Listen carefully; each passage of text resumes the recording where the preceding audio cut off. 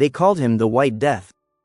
In the frozen forests of Finland, amid a blizzard of bullets and the shriek of war, one man stood alone, unseen, unheard, and unstoppable. His name? Simo Häyhä, a soft-spoken farmer who became the deadliest sniper in human history. Over the course of just 100 days during the Winter War, he is credited with over 500 confirmed kills. And he did it without a scope, crawling through ice and snow, his breath frozen on his scarf, waiting for the perfect moment to strike. This is not just the story of a sniper. This is the story of a legend.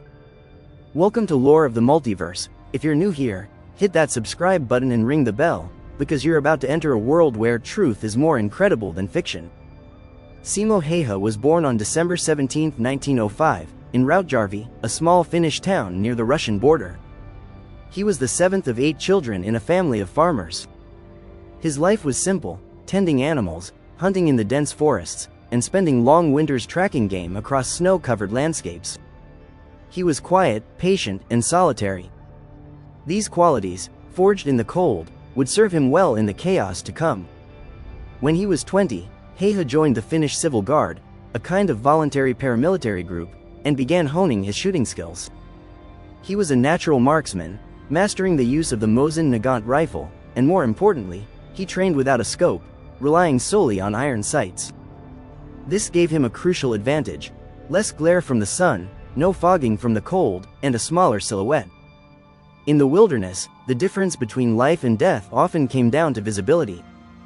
Hayha understood this better than anyone. The world around him began to shift in 1939. The Soviet Union, led by Joseph Stalin, invaded Finland on November 30th of that year. The goal was territorial expansion, to push Finland's borders farther from Leningrad. But the Soviets underestimated one thing: the tenacity of the Finnish people, especially in the frozen north. It was winter. A brutal, unforgiving winter with temperatures dropping as low as -40 degrees Celsius. Snowdrifts piled higher than soldiers, and daylight lasted only a few hours. The Soviets had the advantage in numbers, weapons, and machinery. The Finns had skis, knowledge of the terrain, and Simo Häyhä. Hayha was assigned to the 6th Company of Junior 34 in the Karelian region, one of the key battlefronts in the Winter War. Armed with his Mosin Nagant M28 30th rifle, a Finnish version of the Russian weapon, he began his silent campaign. Dressed in a white camouflage suit and sometimes packing a submachine gun, Hayha would crawl into position before dawn, bury himself in the snow, and wait. He packed snow into his mouth to prevent visible breath from giving away his position. He also built small mounds of snow to rest his rifle barrel, minimizing muzzle flash and stabilizing his aim. In a war of attrition, where every shot counted, Hayha turned death into an art. He sometimes lay motionless for over 12 hours, enduring the cold, resisting hunger and fatigue, with nothing but instinct and resolve to keep him sharp.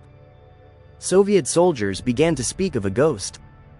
Their men were being picked off one by one, sometimes from distances of over 400 meters, with no sound, no warning, no sign of where the bullets were coming from.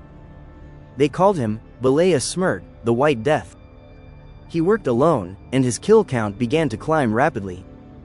In just 100 days, Hayha is believed to have taken down over 500 enemy soldiers.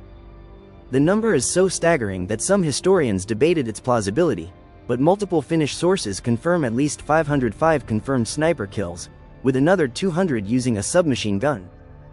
The Soviet army, humiliated and terrified, took drastic measures. They sent counter-snipers to eliminate him. He killed them. They shelled his last known positions. He moved before the artillery fell. They even launched full-on mortar strikes when they believed he was in the area. Still, he survived. But Simo was not without scars. On March 6, 1940, just 11 days before the end of the Winter War, Hayha was finally struck. A Soviet soldier fired an explosive round that hit him in the jaw. It nearly tore off half his face. He was found unconscious, presumed dead, and taken to a field hospital where he remained in a coma for days. He woke up on March 13, the very day peace was declared. He had fought and bled for his homeland, and he had survived. The damage to his face was severe. His left cheekbone had been destroyed, and he underwent multiple surgeries over the next several years to reconstruct his face. Yet even then, Simo Häyhä never once expressed regret. He spoke little, as always, and lived humbly in the Finnish countryside. After the war, he became a national hero. Journalists asked him how he had become such a successful sniper. He answered simply, "Practice." When asked if he felt remorse for killing so many men, he said, "I did what I was told, as well as I could.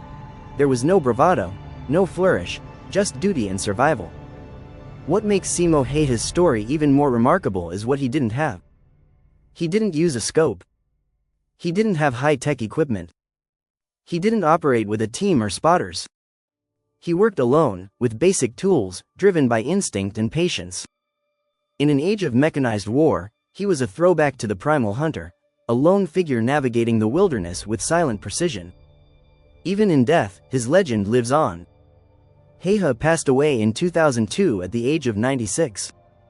He lived quietly on a farm, occasionally hunting moose and telling stories only when asked.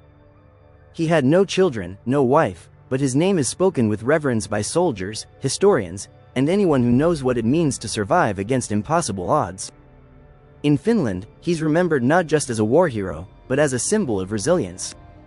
Schools are named after him. Statues stand in his honor. And in the military sniping community, his records remain untouched.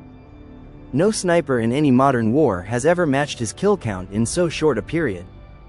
His story isn't just one of death, it's one of life. The life of a man who rose from obscurity, fought with honor, and returned to the shadows with grace. In a world drowning in chaos and noise, Simo Häyhä's silence speaks louder than any battlefield anthem. As the snow settles on the forests of Finland, and the wind carries whispers of war through the trees, some say you can still feel him there, waiting, watching, patient as ever. Thank you for watching Lore of the Multiverse.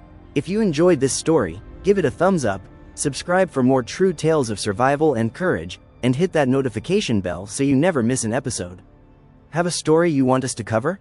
Drop it in the comments, we might just bring it to life. Until next time, stay curious. Stay brave.